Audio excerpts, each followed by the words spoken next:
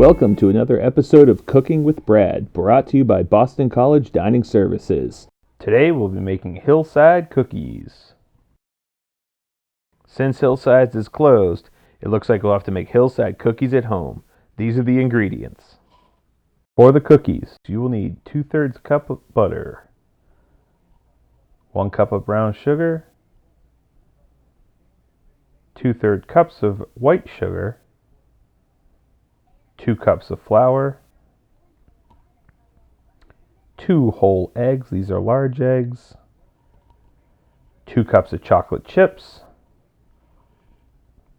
1 teaspoon of salt and 1 teaspoon of baking soda, 2 teaspoons of vanilla extract, 1 teaspoon of coconut oil. That's the magic with these cookies. The coconut oil in these cookies are what makes a Hillside cookie a Hillside cookie. First thing we'll do is we're going to mix the dough. So the butter that we have, we've left out at room temperature to get it soft. So what we'll do is we'll add that into our mixing bowl, and to that we're going to add our sugar. This is a method called creaming. Now the importance of creaming is that the butter and the sugar come together homogeneously. So as we mix this, you'll see as the butter and the sugar get mixed together, it's kind of clumpy looking. So what we need to do is we need to mix this until it's a smooth paste. But the main difference when you're creaming, when you're making cookies, is that the butter and the sugar mixture needs to be sticking to the bowl. So you see here, it's not quite sticking yet. Now it's kind of sticking, but it still can go a little bit longer.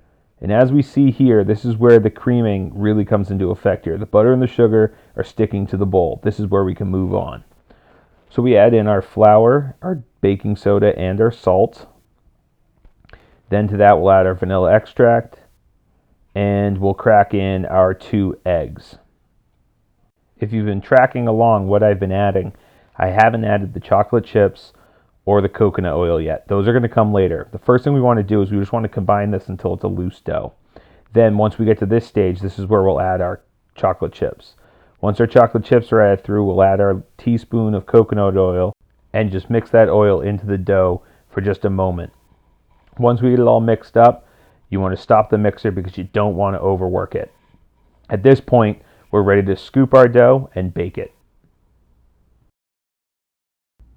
Even though the Hillside cookies are large, I recommend making smaller cookies at home.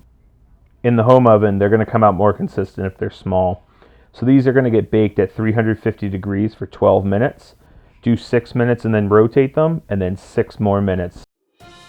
It's time for a new segment that we call Pro Tip.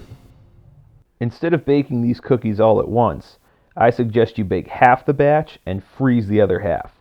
So what I suggest you do is take a piece of parchment paper, line out your cookie dough like I'm doing here into a nice long cylinder, roll your paper over, and seal it down until you get a nice tube of cookie dough.